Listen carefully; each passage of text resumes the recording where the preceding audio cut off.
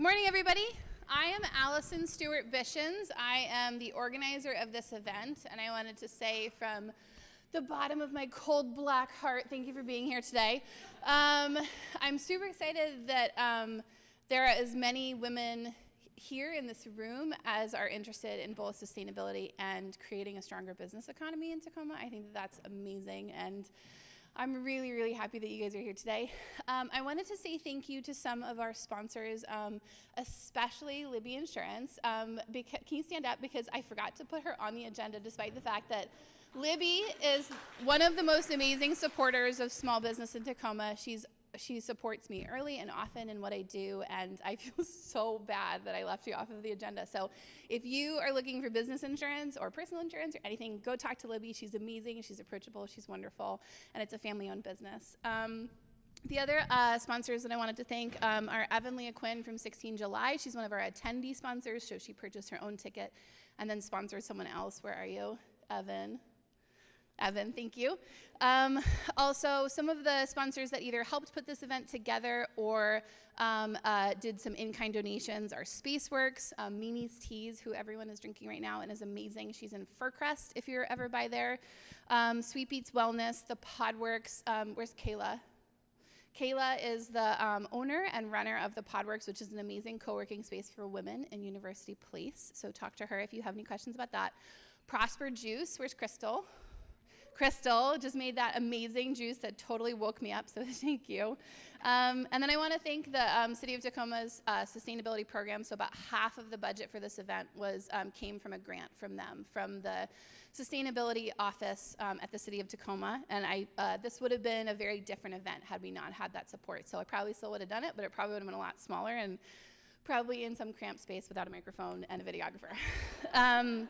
And we are taping the keynotes today so that we can put them online and we can expand access to this information to other people, which I'm really excited about. This is the first event that we've been able to do that. Heather Lacey is here taking pictures this morning. Where are you? Right there. She's going to take pictures for us, which we'll use for the grant report, so very exciting. And also this afternoon, Shutter Joy Photography will be joining us to take some pictures as well. We got an amazing anonymous sponsor, which is super cool. So most of you that are here on scholarship are here because somebody just thought this was really important, which is like, that's amazing to me. So also our caterers are amazing. They all worked with me to do everything vegan and gluten-free. So this morning's was Elk Foods. She's working on getting her license, but you can find her on Facebook. Just Call Susan is doing lunch today. It's like a big vegan power salad, so I'm super excited about that. And then Happy Belly provided some amazing treats for the networking events, the networking hour at 3 o'clock today. So thank you to everyone who helped put this together. Thank you so much to my volunteers. I'm going to do a special shout out to Antonia. Where are you? Antonia helped just a ton, basically. She was amazing. So I already told you about the bathroom. Feel free to use the women's or the men's. The codes are like right there on the door. Please don't throw away any of the plates, cups, napkins, anything like that. There's bins all around. You can put anything anywhere. Just don't put it in the trash. Antonia also just realized that we should probably have composting. So she just whipped up that. So any of your foodstuffs, you can put them in the compost bin over by the breakfast table. And then we're going to move around several times throughout the day. So if you get sick of moving your coat, you're welcome to stash it in a corner, either over there or behind the breakfast table. And okay, that's it for like the logistics. And I wanted to start the day with 3 words of, I don't know if they're words of wisdom because, you know, nobody's going to be like, I'm wise. But words of encouragement, and the first one, ironically, now that I say that, is don't be humble. Because I think that as women, one of the things that we are constantly told to do is not to tout our own achievements, and I want to flip that on its head and say, tell people about your achievements, tell people what you're passionate about, tell people what you are fucking awesome at, because that's why we're here today, is to encourage each other and to build a network of badass women in business or students or whatever, wherever you are. Like, I want to know who you are and what you're passionate about and what you're awesome at, because that's where real connections and collaborations are made. So I would encourage you to speak with confidence about your capacities. So I'm Allie. I have a small business consulting business called Allison, Bishins Consulting. I organize events like this, usually on the smaller side. This is the biggest one that I've done, which is exciting and terrifying. And I also make jewelry, mostly eco-friendly. And I also organize handmade markets. If any of you are artists, let's have a chat later. I have a background in urban planning and environmental issues, transportation, climate change, and have been a stay-at-home mom / sort of work-at-home mom for the last 7 years. And I was really itching to get back to a space where I could talk about sustainability with people that were also passionate about it, and I didn't really have a space to do that, so I made it. So thank you for being here today. And the last thing, well, the second thing I sort of wove in, but that's be yourself. I'm super excited that everyone here comes from like vastly different industries, and none of our sustainability journeys, none of our environmental journeys, none of our business journeys will be remotely the same, and that's where the magic is. So be yourself and be confident about who you are and what you're passionate about. Kind of goes back to the first thing.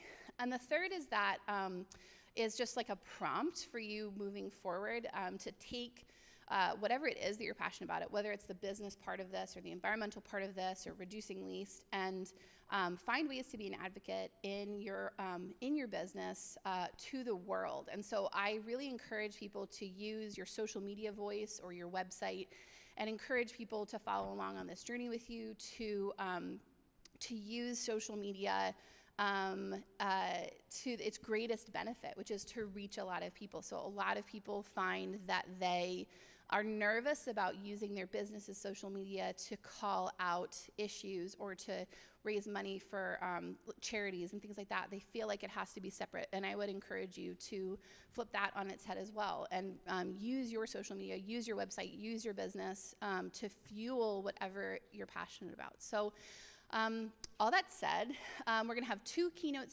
speakers this morning, and then we're going to do a breakout session, lunch, another breakout session, and then the nurture group networking, and then the more sort of traditional networking hour, where we'll also have a couple of businesses from the community come and sort of pop up and showcase their wares, which I'm super excited about. A couple of them are also here today.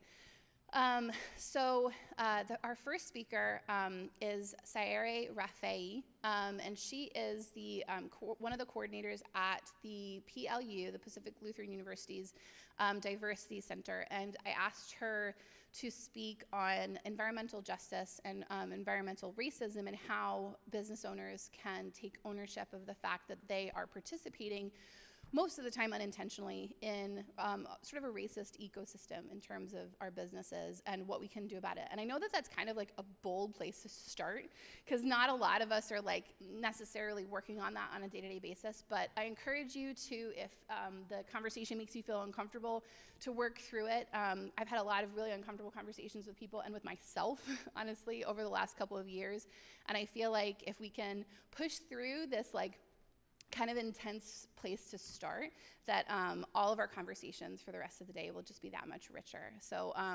if you have any questions, feel free to come talk to me. And also, Saiyare is doing a breakout session, but only the first session. So if you definitely want to get to hers, do that first session with her.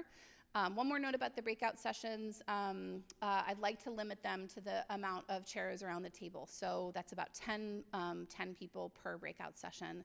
And then you'll get to do, all of them are being done twice except for Sayare's. And then our second keynote is by Halley, Knigge, who I don't think is here yet, from REI, and she's going to talk about communicating your sustainability vision. If you have any questions today, find me. If you can't find me, you can find Antonia, who just conveniently got up.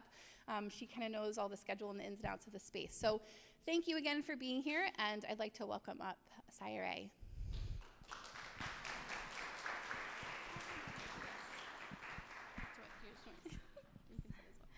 Thanks, Allie.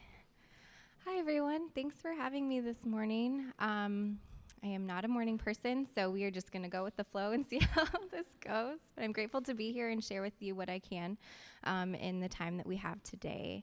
Again, my name is Saiyare Refaei. There's a little minor typo in your agenda, so my last name is actually Refaei, if you want to make that correction. Again, I work at the Diversity Center at PLU as the coordinator for sustainability integration. That means a lot of different things on a day-to-day basis, from supervising our community garden to hosting workshops, educational opportunities for our students, bringing in speakers, kind of advising a grant process for our students, and just being this liaison between diversity and sustainability issues on our campus. I'm cool with either they, them, or she, her pronouns. And in addition to my work at the Diversity Center, I'm also seen as an artist in the community. Through Spaceworks, I've been able to do some really awesome projects, collaborative projects, and some by myself in the Tacoma area. The most recent one is up on Market and 11th Street, a mural talking a bit about the liquid natural gas plant and the Northwest Detention Center in our community, which I'll talk a little bit about later. And a new role for me too as well in the community is serving on the Tacoma's Commission for Immigrant and Refugee Affairs, so I'm happy to answer questions about that later. But those are some things about me at this time. Before I get started, I want to acknowledge the land that we're on, that we're on traditional lands of the Puyallup Tribe of Indians. That prior to the Medicine Creek Treaty of 1854, the Puyallup Tribe, along with the Nisqually peoples, Squaxin Island, Steilacoom peoples, and many others who signed that treaty, it really removed Native people to clear way for colonial settlement on this land that they lived on and cared for as their ancestral lands. And it's important for myself as a settler in these lands who calls this place home now and also aspires to disrupt and dismantle oppression, to acknowledge and send gratitude to the Native peoples who continue to be leaders for justice in our community today. And that should be uncomfortable for me to say, and I hope uncomfortable for you to receive, because that's the place that we are residing on today. So last night, as I was thinking about this a little bit more, and I was like, Allison wants me to talk about environmental racism. I was like, oh, that probably means we need to talk about racism. It's like, oh, okay. I kind of forgot about that piece. So how many of you are really uncomfortable when it comes to topics of race? It's okay to raise your hand. It's okay to acknowledge that. Yeah, it's really, really uncomfortable. So as I was sitting with that last night, I was like, oh, great. How do we talk about this? But before we do that, I really want to get to know you all a little bit more. There's probably not enough time to get to know everyone, but I'm curious, how many of you are from the Tacoma area originally? Raise of hands. So maybe like 50-50 for, I myself grew up in Oregon, smaller town, and came here for school. So we might have a mix of folks who have an idea of maybe history, context of Tacoma, and some who don't, and that's okay. I just want to get clarity on that. And how many of you are maybe current business owners or work for a business? So majority of you. Okay. I myself, the only business side I kind of see myself in is with art things. Money terrifies me, so I'm not sure if I'm the best person to give business advice. So I'm still learning in that realm, but all of you bring that expertise and knowledge. So as we have conversations today, there might be moments where I ask you to talk with people at your table and recognize that there are some things that I'm knowledgeable about, and then there's other things that we all bring knowledge to the table too, and that collective knowledge is really powerful. So I hope we can do that and share that today as well. So my hope for today is, again, to talk about environmental racism. And I'm also hoping to maybe complicate your ideas of sustainability the ways that we've been taught it's supposed to be. And hopefully raise some questions for you. And then I'll explore a little bit about environmental justice issues in our area and kind of walk through the framework that's printed out in front of you, the Just Transition model. And I'll go more in depth with that if you're interested in the breakout session as well. So no need to look at that right now, but I'll go a little bit deeper. And yeah, I think, so I guess to ground ourselves in this topic, I I titled this session Environmental Justice, Self to Just Transition. So in this work, I found it's really important that we have to understand ourselves before we can dive deeper into these topics. So in the work that I do, we talk about identity as being really important. And we have identities that maybe are more salient to us, more at the front of our minds from a day-to-day basis, and ones that, we are maybe more privileged in, and therefore we don't have to acknowledge them on a day-to-day basis. So for me, as I shared my pronouns, I'm in this place of exploring what it means to be gender fluid, gender queer. I'm Asian, so I come from an immigrant background. My mom is from Hong Kong, my dad is from Iran. And those identities are pretty salient to me on my day-to-day basis and how I navigate the world. That being said, there are so many other identities that I don't take into consideration on a day-to-day basis because I don't have to, such as my temporary able-bodiedness, maybe my class, depending what setting I'm in, the fact that I grew up speaking English, things like that, that are maybe some more of my privileges that I sometimes take for granted or don't have to think about on a day-to-day basis. So when we're talking about race in particular, race exists because racism exists. So race is something that we've been socialized and taught that based on our race, based on what certain scientists categorized race to be, that therefore there are certain races that hold more power and privilege over others. And racism being that these practices and beliefs and kind of social relationships that create this racial hierarchy that makes certain populations superior or more powerful and therefore oppressing other populations based on race. And there's various types of racism, right? So we have representational racism, so that could be certain sports teams having mascots that are racist, or stereotypes in the media that therefore are racism. There's ideological racism, where we have been taught that there are certain negative stereotypes to certain populations of individuals, or discursive racism, which can be things like hate speech, or interracial racism. So for me, as like an Asian woman walking down the street, that could be me crossing the street if I see an African American man coming my way. And that could be the intersections of being a woman and the way that we've been taught to fear Black people in our society. There's also structural racism. So thinking about things like, how many of you are familiar with the term redlining? A little bit.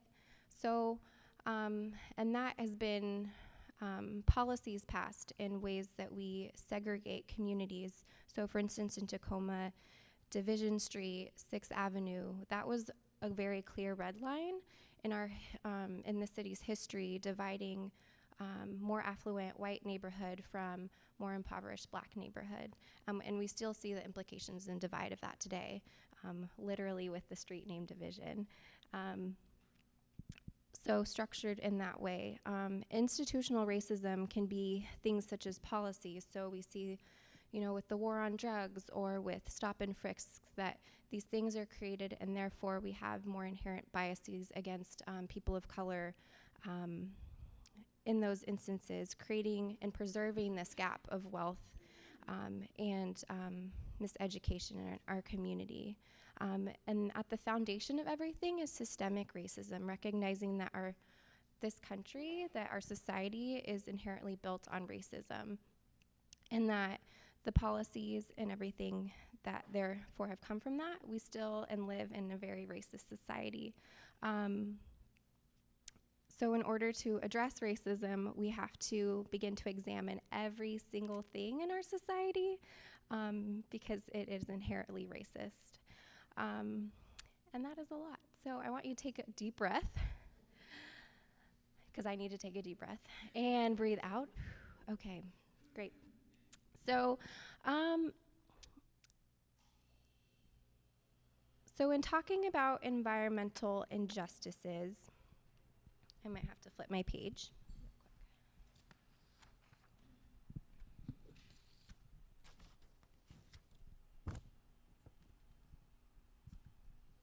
in looking up that definition, the first definition that you can find maybe on the internet is from the Environmental Protection Agency. The Environmental Protection Agency, or EPA, defines environmental justice as the fair treatment and meaningful involvement of all people, regardless of race, color, national origin, or income, with respect to the development, implementation, and enforcement of environmental laws, regulations, and policies. The EPA's goal is for all communities and persons across the nation will have the same degree of protection from environmental and health hazards and equal access to decision-making process to have a healthy environment in which to live, learn, and work. And where I think I want to challenge this definition is that we should be thinking about how do we just not harm the environment in general. And if we think about environmental injustices, we need to think about how the impact that we have on the environment therefore inherently impacts us because we are reliant on it for our survival. So if you think about environmental injustices, with the person next to you, if you can, I want you to think of maybe a couple national examples of environmental injustices that you can think of.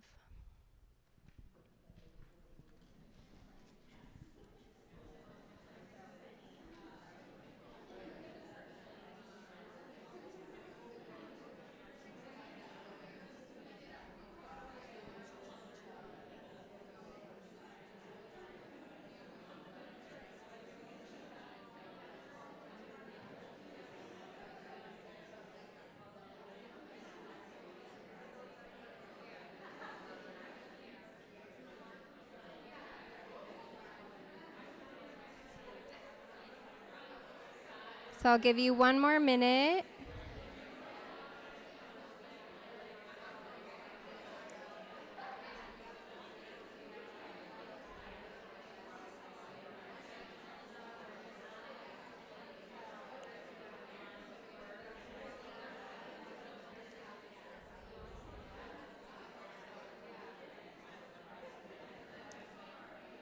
Okay, we're going to bring it back.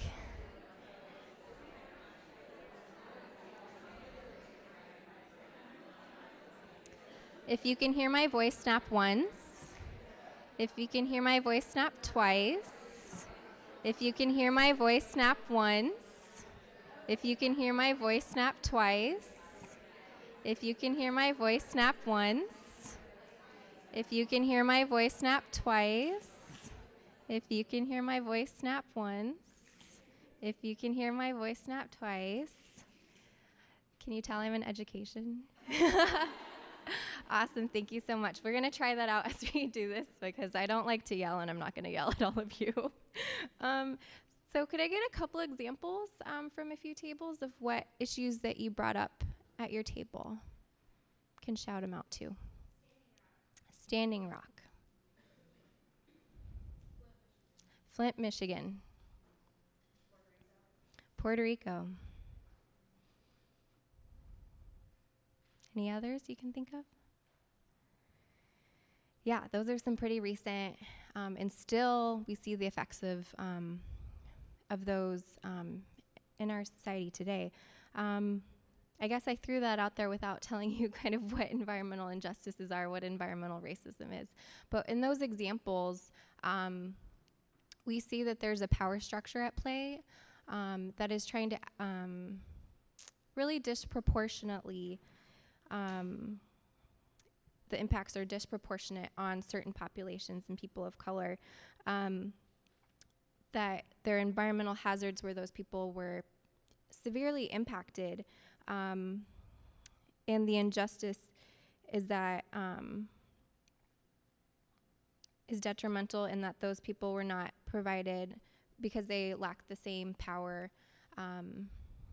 There's a disproportionate effect on those populations. So for Standing Rock, you have Native tribes coming together saying to corporations that I don't want a pipeline in my backyard, yet they are met with military force when they are peacefully trying to stand their ground and say that we don't want this. And now we know that the pipelines have already broken and water is being polluted, and those things are not being shown in our media. With Puerto Rico, we know it's the access to resources, right? Where Puerto Rico is part of the United States, it's a territory, but the same resources are not allocated in assisting them after environmental degradation and severe loss of life, in part because they are Puerto Rican, which is not fair or just at all. And Flint, Michigan, where populations, predominantly African-American neighborhoods, were cut off from their water supply, and they still, at least 2 years later, still do not have access to clean water in this country, which is horrifying. And yet we still don't know about it, and we still don't hear about it in our media. And something has still not been done to solve that and provide clean water for a community. So I want you to think about, I was going to do this exercise with you all before we jumped into that, but I want you to think about a place that you care about, a place that's dear to your heart. And I want you to envision what would happen if someone came into that space and started disrupting that space, started wanting to develop that space, and you tell them no, and they keep doing it. And you start rallying your friends behind you saying, this is a place that I care about, and this entity, wants to build a factory, they want to start polluting this beautiful space that I care about. And yet your local government doesn't seem to listen to what you're trying to say. And essentially that is what environmental justice is in our communities. It's when there are things that are happening and people are trying to speak up, and they're not being heard because of all of these biases that we have that are inherently racist, right? That we don't seem to believe people when they say, oh, someone is building something in my backyard. They did not get permission. They did not get a permit. And you are still letting it happen. And that is not okay. So for me in my work, at least in the community, I've seen this happen in a couple occasions. Before I moved to Tacoma, I had a family member that was picked up by ICE and brought to the Northwest Detention Center in Tacoma. Do folks know where that is? The Northwest Detention Center is a facility literally a mile from here across the water in Tacoma, housing more than 1,500, or has the capacity to hold more than 1,500 immigrants. This is a detention center. They call it not a prison, but it very much functions like a prison, maybe worse than a prison. And it's a place where, because of people's status in this country, because of a piece of paper, they are told they are not welcome here. And so they are detained there, and there's a company called Geo Group that makes at least $100 off of each person that is detained in that facility. And where the environmental piece comes in is that facility is built on lands that is a Superfund site, that is toxic, that and the company does not want to do the tests to see if the land is toxic, if the water is toxic. It should not be, it should be a place that no one is inhabiting. So we have multiple injustices in that place. So for me as a college student, learning more about this place that my family doesn't seem to talk about was important for me to get to know and show up to rallies and things like that. So that's one example in our community where I see environmental justice playing out. And I recommend, if you don't know where that place is, that you can look it up on Google Maps. It'll take you right across the bridge and just a few blocks down, and the detention center is there. Yes?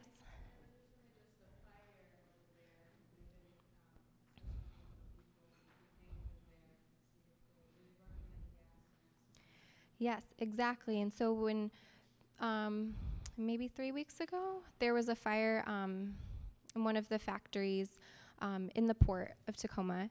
The whole port was evacuated, yet no one in the detention facility was notified of this hazard. So there were reports of detainees getting vilely sick, and there is no procedures for evacuation. So people who are already in dire situations, therefore impacted, their health and well-being is impacted by these environmental situations. Yes, so thanks for bringing that up. Another example that I've tried to be involved in our community is around the liquid natural gas plant that's being built in the Tide Flats. So similar area. It started happening in 2017 with pipes going into the ground and community members not being notified that these pipes were being built. So there's supposed to be a notice of construction within 30 days, and neighbors were not given that. And they said it was for sewer, and we found out that it was actually for to move liquid natural gas, so fracked gas, through those pipelines. And then this facility is supposed to hold 8 million gallons of liquefied natural gas or methane in the port of Tacoma. And what happens is this area is bordering the current Puyallup Tribe of Indians reservation. And the tribe in their treaties said that they're supposed to be notified and when things like this is happening that could impede on their lands, and they were not notified, or in this case they were given a letter, but there was no communications around that. And so this is another instance in our community here that I call environmental racism, and that Puget Sound Energy, who is the company that is paying for this project to be done, is inherently trying not to listen to local tribes and other folks in our community who are saying, I care about this place and the impacts of this are grave on our community, and you are not, and our local city government has not taken steps to do that as well. So maybe I'll transition to our to the worksheet, because I'll give some examples of how these structures play out. So this worksheet, I think, has been my favorite visual example of our current economy structure. I have one, thank you. On the left side, you'll see an extractive, exploitative economy. So this is the current economy that we're living in right now, recognizing that the end goal is profit.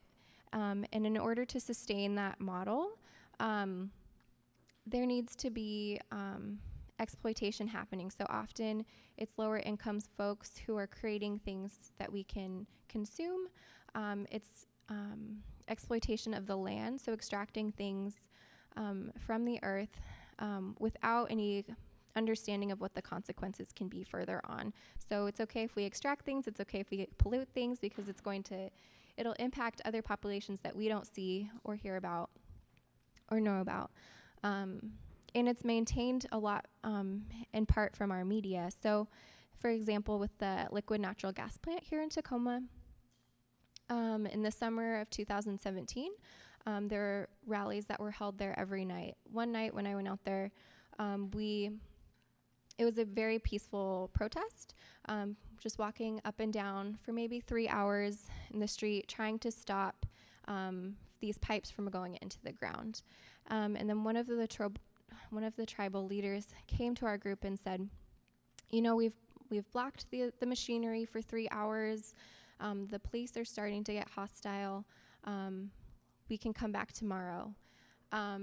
What I found out later, and as my friends and I were walking away from that site, is that there was a SWAT team on hand ready to come at us at any moment. So if any point anyone of the people who were standing there peacefully trying to prevent this action from happening, there was a SWAT team there ready to come at us.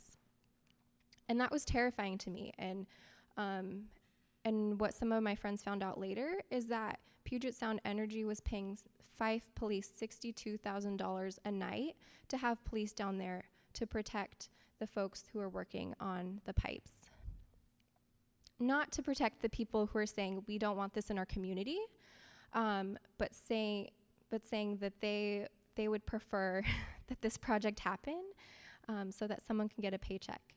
And that's horrifying to hear about and know that our safety was on the line and the safety of so many people who went out there every single night for a company to profit and create a resource that is so harmful for our environment. Methane is probably 80 times worse for our atmosphere than carbon dioxide. And to serve a company, anyways. So that is one example. And we see that in our media too, where a lot of greenwashing is happening around the liquid natural gas plant. So PSE is putting out a lot of ads saying that this is a green resource, that this is really good, this is bringing jobs. I've seen ads on Facebook, on Instagram, in our newspaper, on buses. And essentially it's propaganda telling us that this is going to support our community, when in actuality, maybe 7% of the liquid natural gas that is going to produce in that facility is going back to our community. The other 93% is going to Puget Sound Tote to fuel their ships for trade across the water. So it's not actually benefiting our community as they say it is. And these are things that, like, as you have questions, I hope that you're writing things down so you can look them up later and find ways to be active in our community, because this is an issue that is these issues are so important in our community right now that we really need a critical mass to be out there. The middle column is really thinking about our power structures. So right now we live in an economy that is top down. So who is making the rules in our community? Who has the say at the end of the day? And really thinking about how we need to flip that, and so that we can have a living economy. And this is where I find a little bit of hope in all of this. And Allison, I'm not sure how much time I have left, but the living economy, the end goal right now is to think about care and well-being. That should be our end goal for all living things on this planet.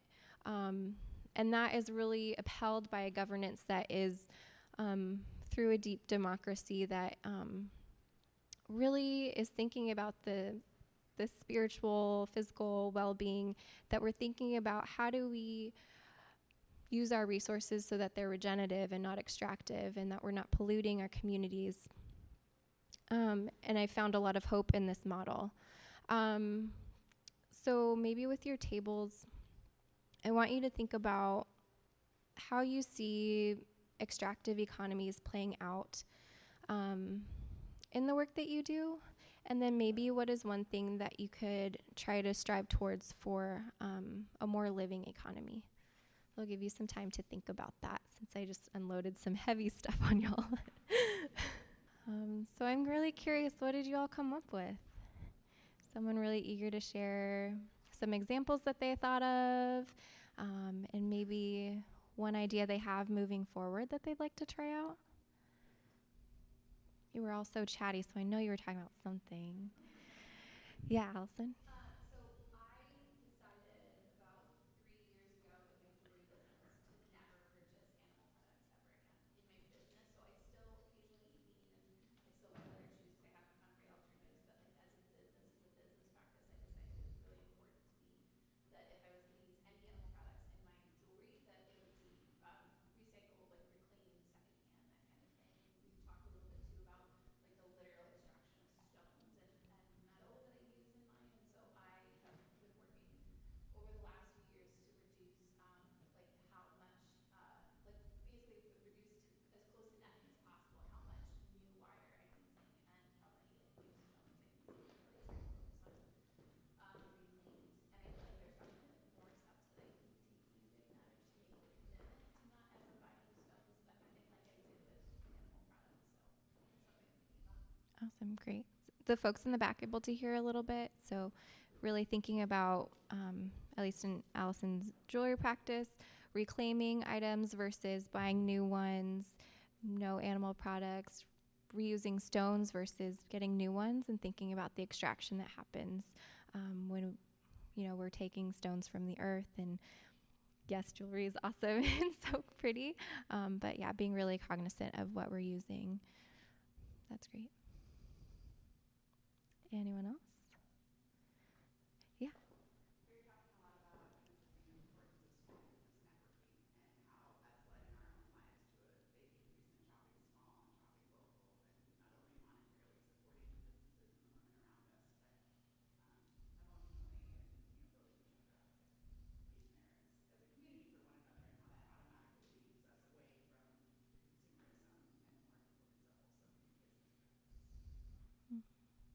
Yeah, so definitely thinking local, thinking about, where are things coming from? Another recent thing related to that, if y'all are aware of how we as a nation have been shipping 80% of our recycled goods to China, and China is saying no more of that. We're putting strict regulations on what we're accepting. And so you have to think about too, even in our pursuing local purchasing, even where our things are coming from in those businesses, and then where they're ending up to in the cycle of those. So I think, and there's a lot of media saying, oh, China's like not accepting our recycling. Well, it's like, no, we need to reframe that and say we have been sending our trash to China and polluting their communities, imposing really horrible health, really unhealthy environments for them. And we need to be able to deal with our garbage. We need to be able to deal with our own practices and think about, what we're consuming, what we're wasting as a society, and thinking about now that's going to have even more adverse impacts locally too. So that's really important. Is there another example? Just have a couple minutes left. Yes.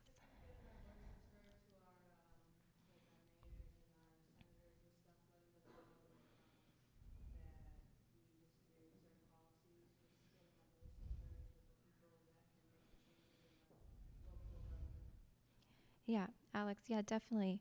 So making our voices heard is so important. I think, if anything, when you leave from today, I hope you recognize that you have agency and power in your voices. For anything to get done in our government, we need to be speaking up and telling them what we care about. Otherwise, they're not going to do anything. Just for retrospect, with the civil rights movement, 3% of the US population took a stand, and there were huge strides from that. So even if 3% of our city took a stand on our local issues, something could change. And so that is so, so important. And so that takes time to know yourself, to know what is happening in our community, and then doing something about it. If that's in your practice, if that's attending city council meetings, if that's writing to your senators, if that's educating your children or your neighbors or your family, all of those steps are so, so important. And thinking about who has access to knowledge and resources in our community is very different. So for all of us to be here today, to share knowledge collectively, that doesn't happen a lot. And so I hope that whatever you gather from today, you're sharing that with your networks, you're sharing that with your communities, and knowing that you have an impact on someone else's life, either here or somewhere else, just by the choices that you make every day. And that's very heavy and daunting, but we all can do our part to make this world a better place and impose less harm on our communities and the environment. And that will take all of us in our lifetime and probably beyond our lifetime. But I'm grateful for the time to speak with you all today. And if anyone wants to join in the session later, I'm happy to talk more and think more specifically on examples that we can start moving towards a just transition, as it being a very long process. But there's things that we can do in our day-to-day lives to start doing that. And I'm not sure who's next, but I will pass the mic over to Allison. So thanks for having me.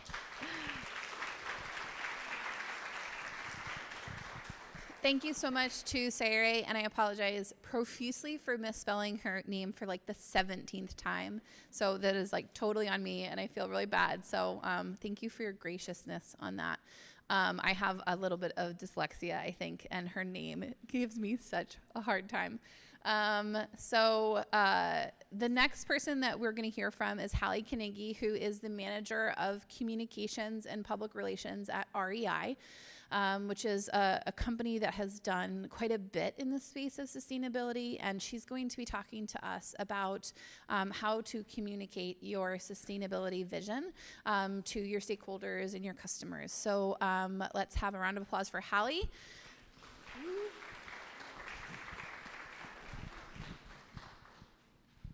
And Halley prepared a little presentation, but I like my events to be really low tech, so she's going to post it online in the group with some images. And so we'll also post the Just Transition worksheet in case you want to share it with anybody. And we'll also post some information about some upcoming events where you do have your opportunity to get your voice heard on LNG and things like that. So, cool. Thank you.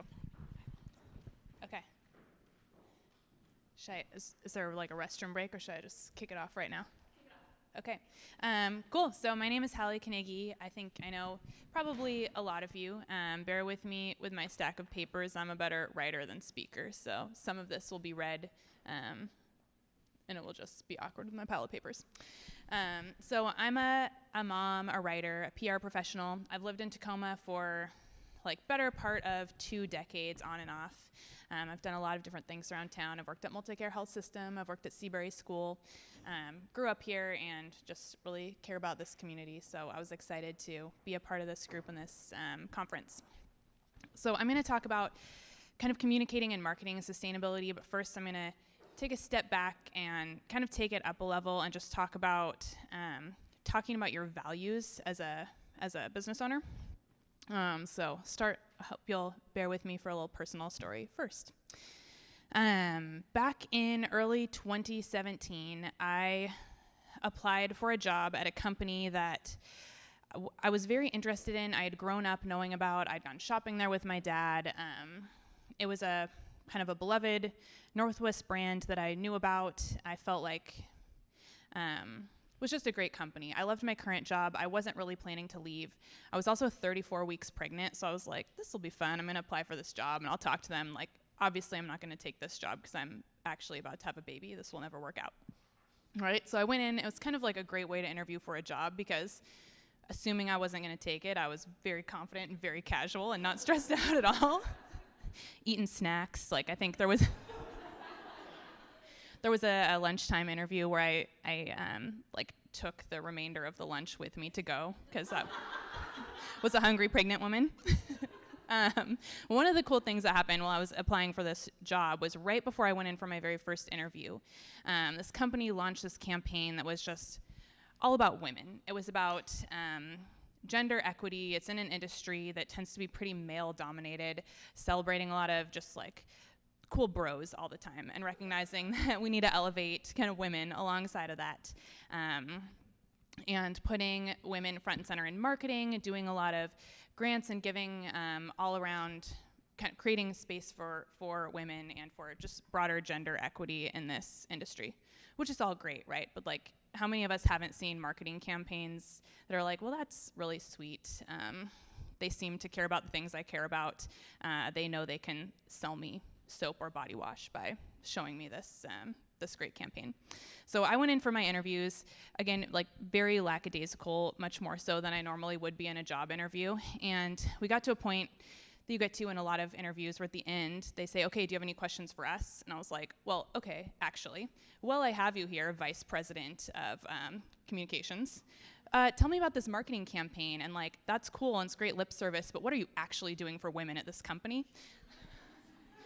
Like, you know, this is not like my job interview advice, so nobody write.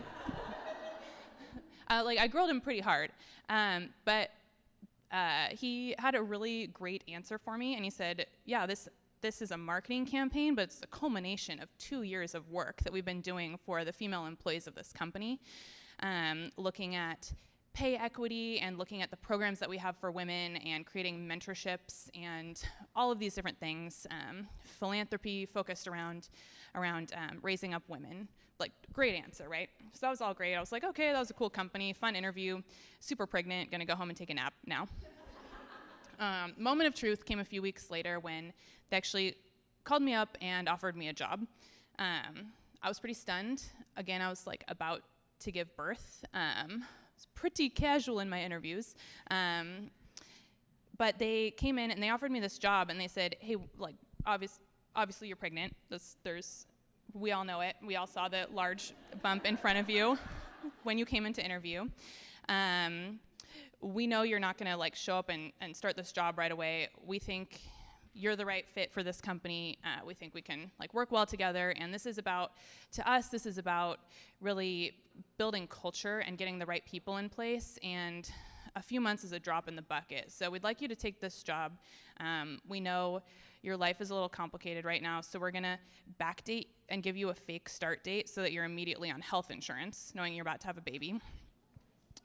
We're gonna pay for your maternity leave, because we know this is probably a pretty expensive, complicated time for you to quit a job. And you call us in October and tell us, like how your baby's doing and when you're ready to show up for work. So that, to me, like, still until that point, I was like, I'm not taking this job. I love my job, right? But this was REI, and when I got that phone call, I was like, okay, holy shit.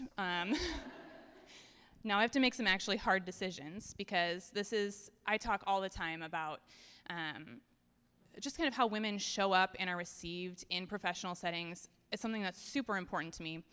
I talk about it all the time.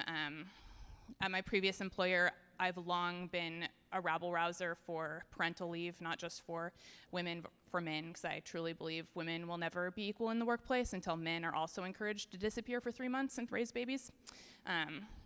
That's side topic. I will give you a rant about that later if you're interested.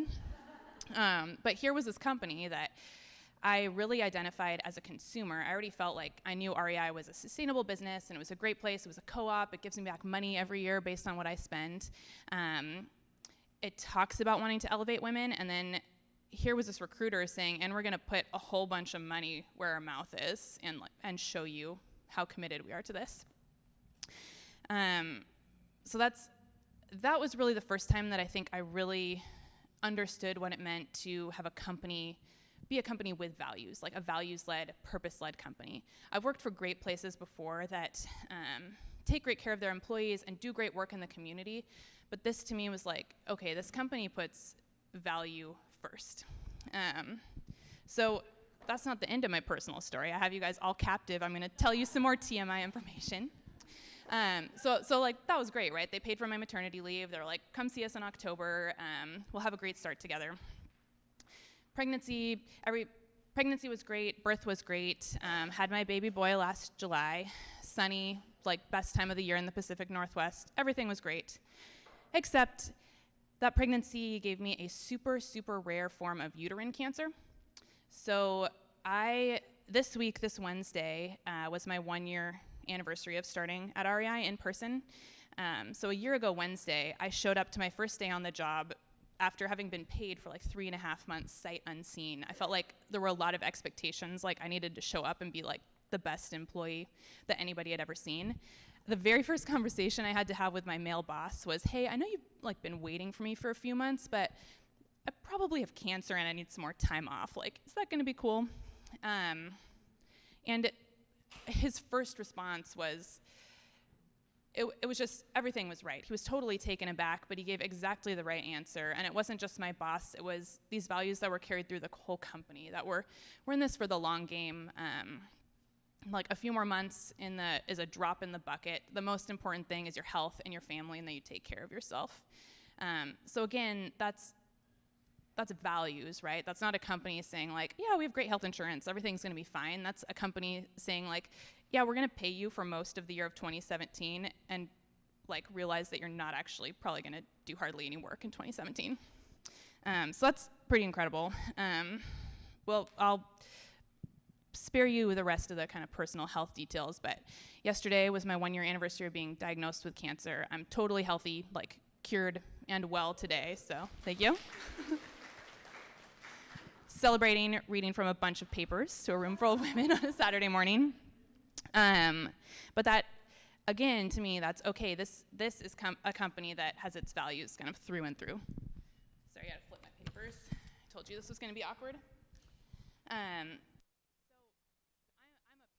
the agenda. I grew up always wanting to be a newspaper reporter, partly because it was a family business. My parents met at a small newspaper. We moved to Tacoma so they could work at the News Tribune, and it was just kind of like what my family did. Seemed like a cool job to also have. But also because I just totally believed with the mission of journalism. Like 100% I could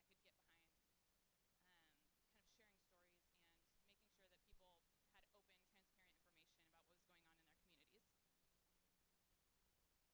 what was going on in their communities. Can you hear me now? What was the last thing you heard? This is a quiz. Well, I'll just go back a couple bullet points. I probably switched off when I was fumbling with my papers. So really quickly, always grew up wanting to be a newspaper reporter.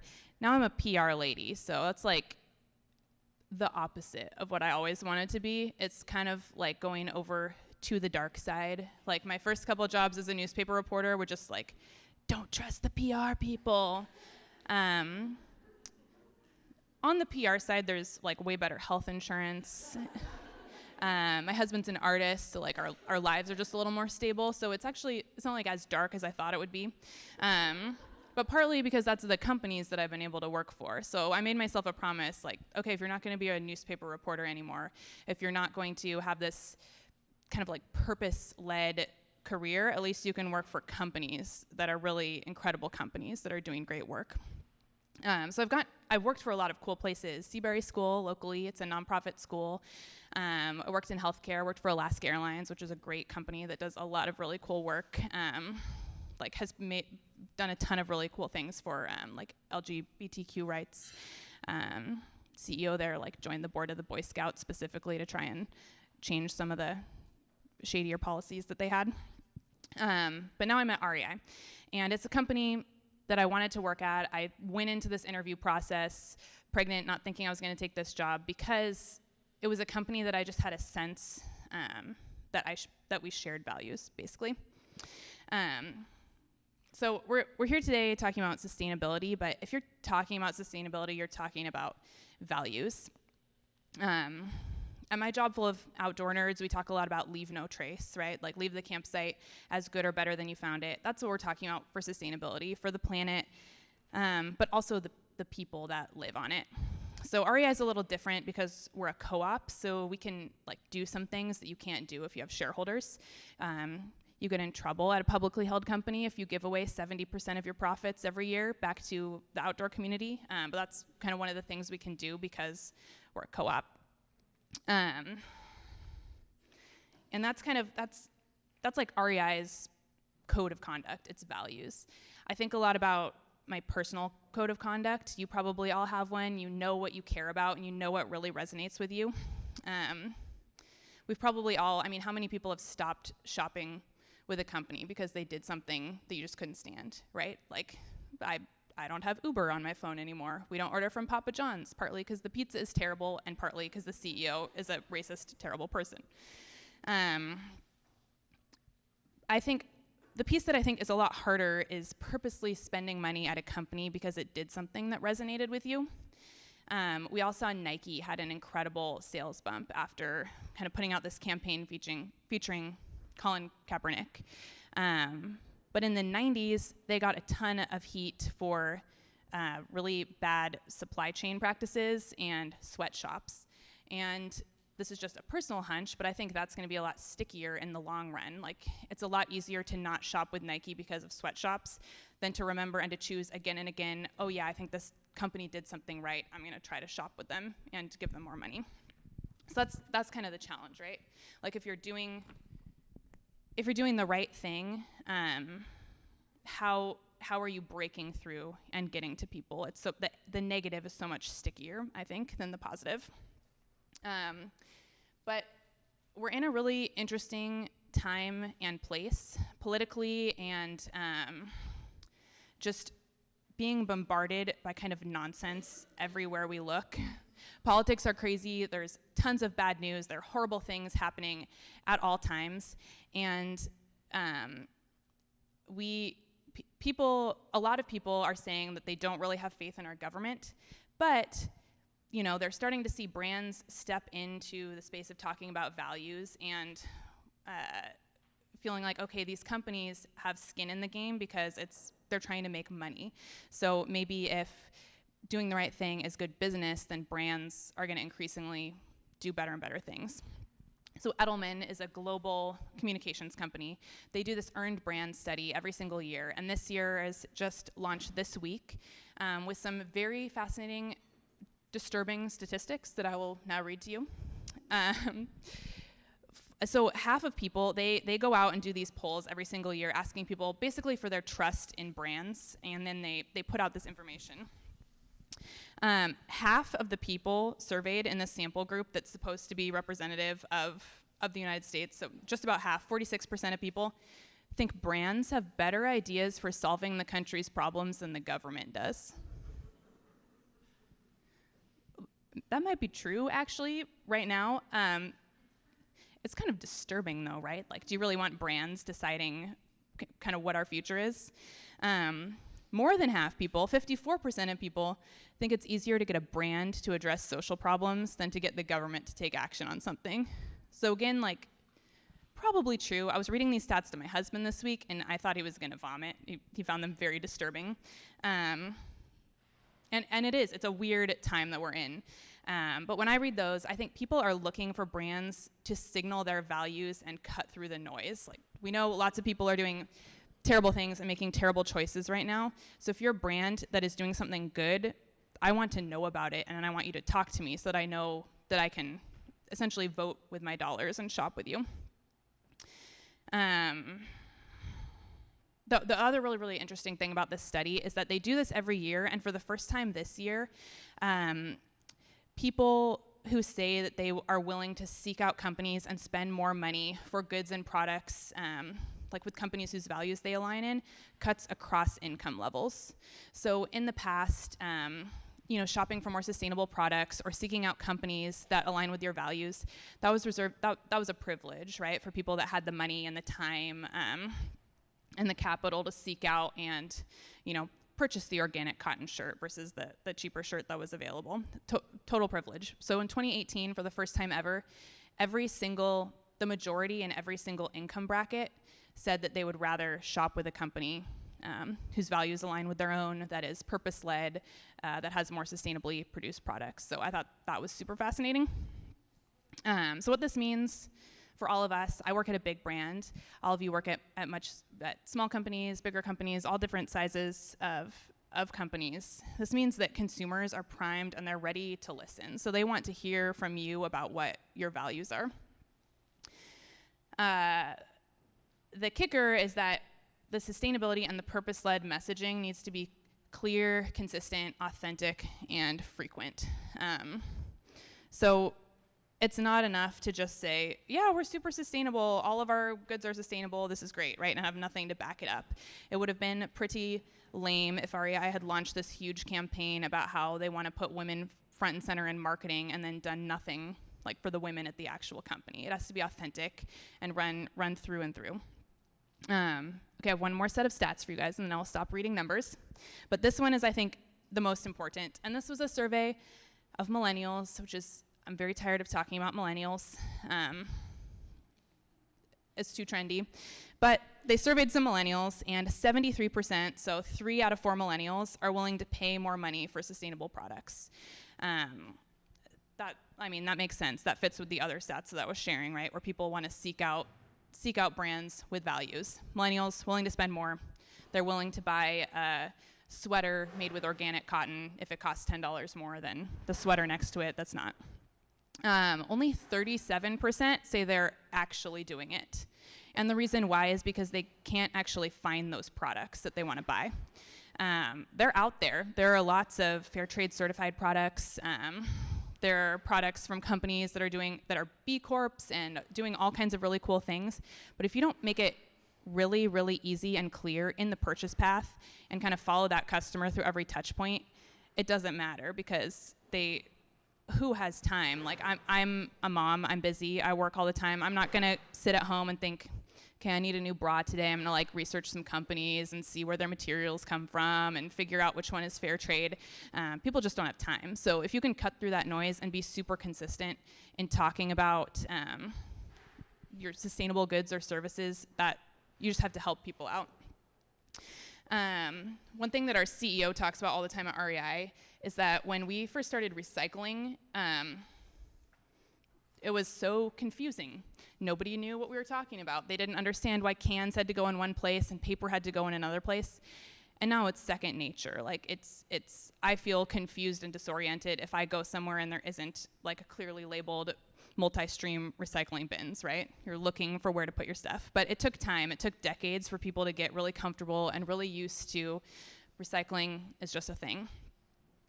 So some of the things that we talk about now that are really the most kind of impactful, kind of move the needle sustainability attributes are new, and they're things that a lot of people aren't aware of. So like at REI, we think that blue sign certification is really, really important and really has the potential to move the needle. That deals with chemicals management, chemicals that go into the textiles as they're being manufactured.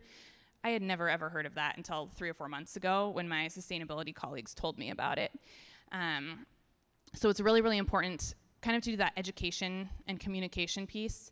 It's up to us to tell consumers what they should be looking for.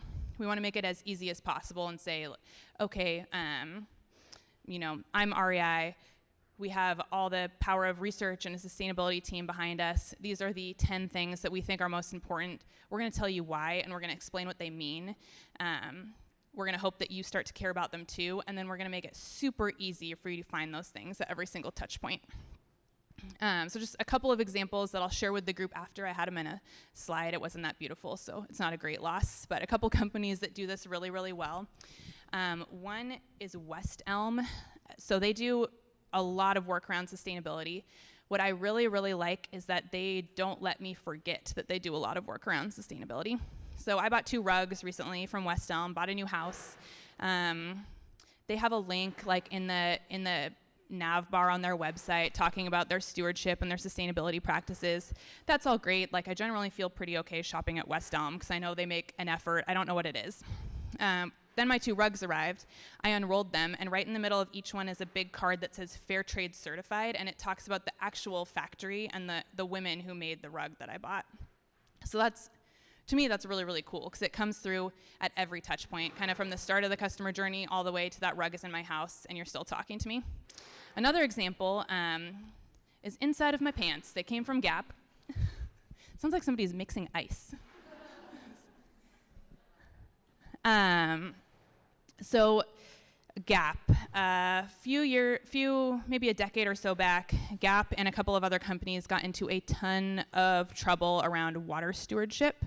So you may remember the news from maybe a decade or so ago. It was like Gap, Tommy Hilfiger, a bunch of other companies basically accused of destroying 30,000 family farms in India because of the way that their textiles are dyed and just bad processes in the supply chain. Gap has done a ton of work to kind of come back and recover and clean up from that. In the back of my head, I always remembered, because again, that negative is so much stickier, like, oh, Gap has kind of, like, their supply chain's kind of weird. I don't know if I should buy from the Gap.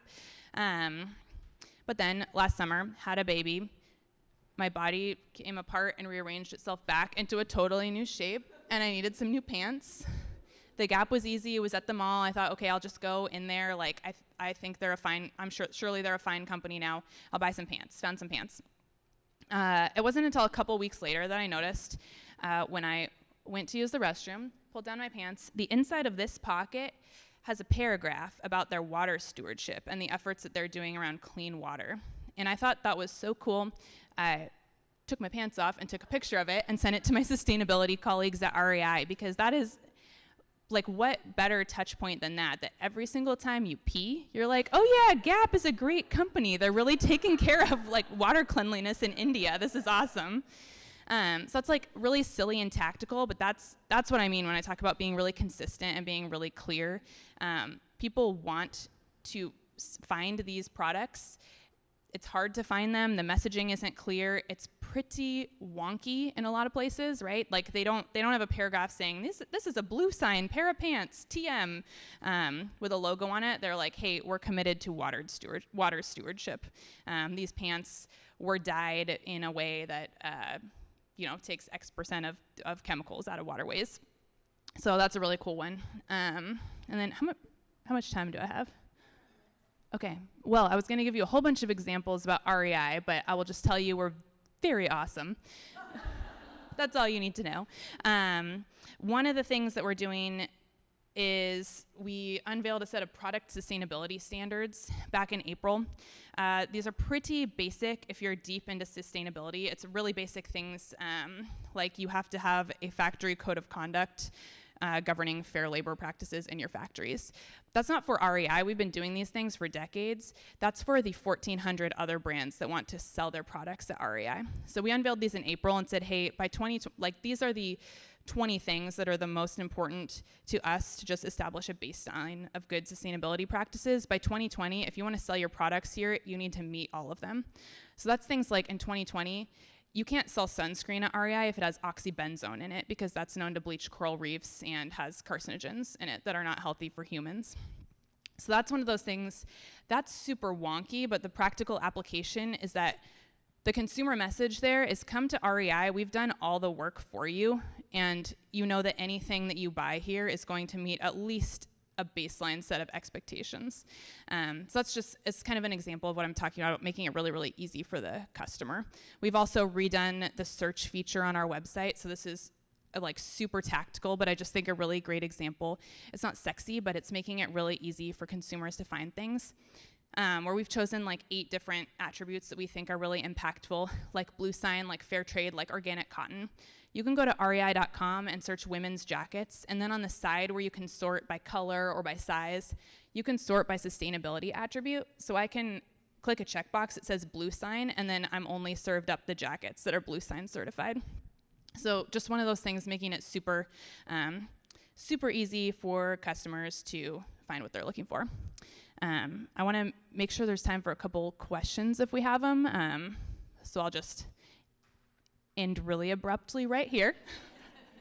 But main point, don't be afraid to talk about your values. I'm not saying get political, but if there are things that are meaningful to you and you pull them through your business and they're authentic, talk about them because your customers want to hear from you.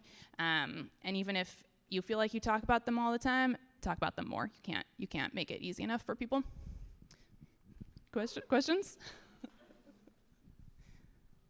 Yes. Yeah, that's a hard one. I think the great thing about there's a lot of like free or cheaper options. Like social media is a great place to talk about it, but even in store or when people are physically kind of with you and experiencing your product or service, is just talking about I guess I'm talking so specifically about retail because that's where I work, but like, can you make a paper sign on a pile of sweaters saying, you know, these came from a women-owned business and supporting women is really important to me as a company, and just kind of pulling it through in different, I think it can be pretty simple if you're just kind of consistent in the different touch points that you have in talking about it. Yes. I think like a lot of consumers, like they kind of want to check that box, like, oh, this is doing good. Totally.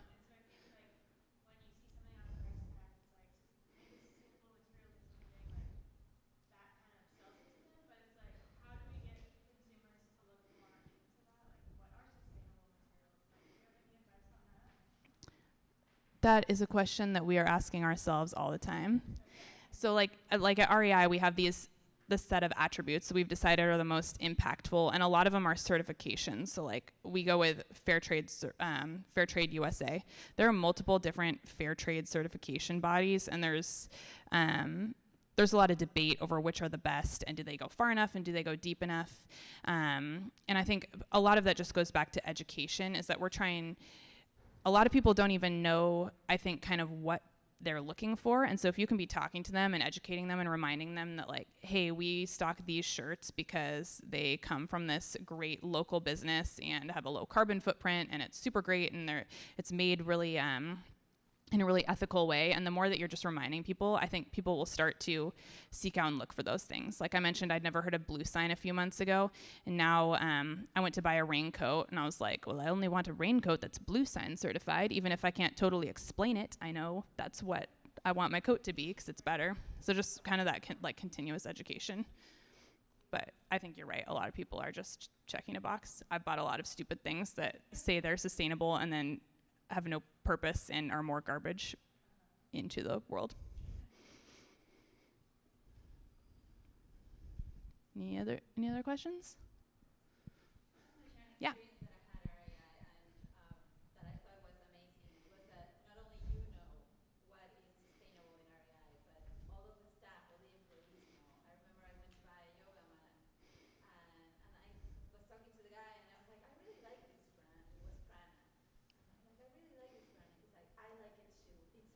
It doesn't even have a box.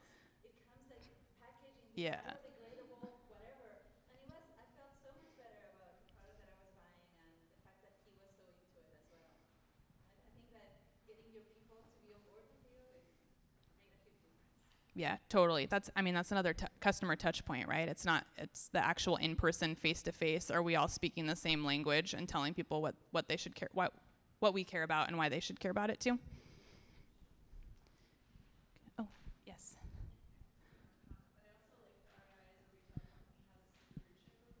Mm-hmm. Thank you. I'm in charge of doing PR for our stewardship report. I will pay you later. Okay, 2 more questions. Yes.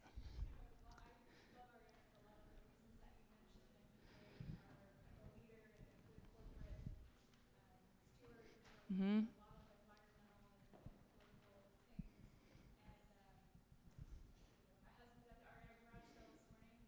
Awesome.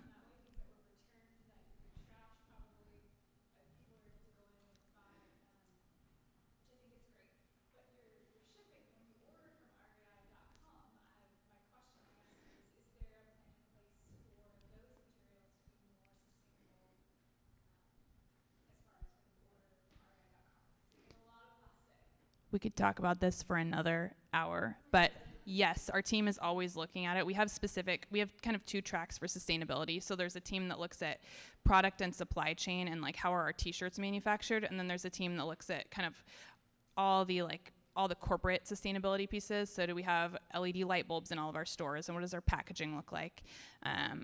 From what I understand, that's a super sticky wicket in trying to figure out packaging, where there are a lot of companies coming out with kind of new cool things like, okay, we'll mail everything to you in this like zippered bag, and then you can just return it to us, which sounds great in theory, but then I guess the question is, do people really return that bag, or then are we making something that has even a higher carbon footprint? Because it's like kind of the reusable grocery bag thing is, are we just putting more materials into the world?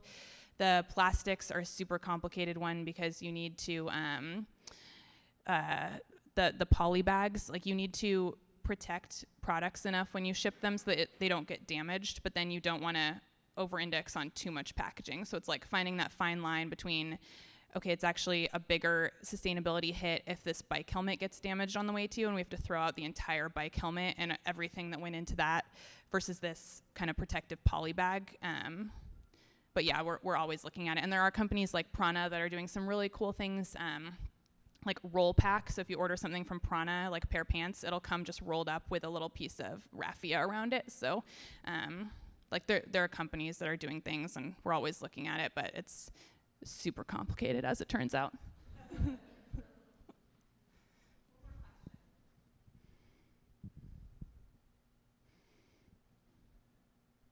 Okay, yeah.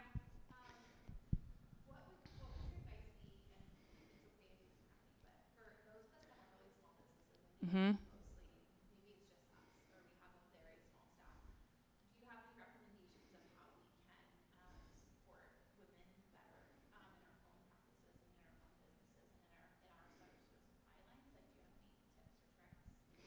I was thinking about this last night about the just for very small businesses, and what I was wondering about is thinking, one, forums like this, we're just kind of getting together and pulling that collective power together, where a lot of things are really expensive if you want to start implementing more sustainable practices.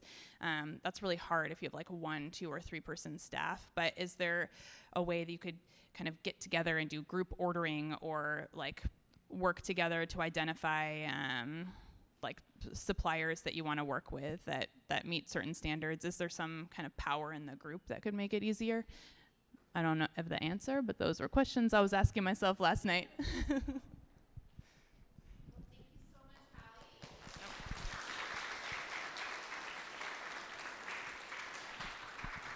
Thank you so much. All right. Thank you so much. That was very, very cool, and I'm really honored that Halley was able to join us today.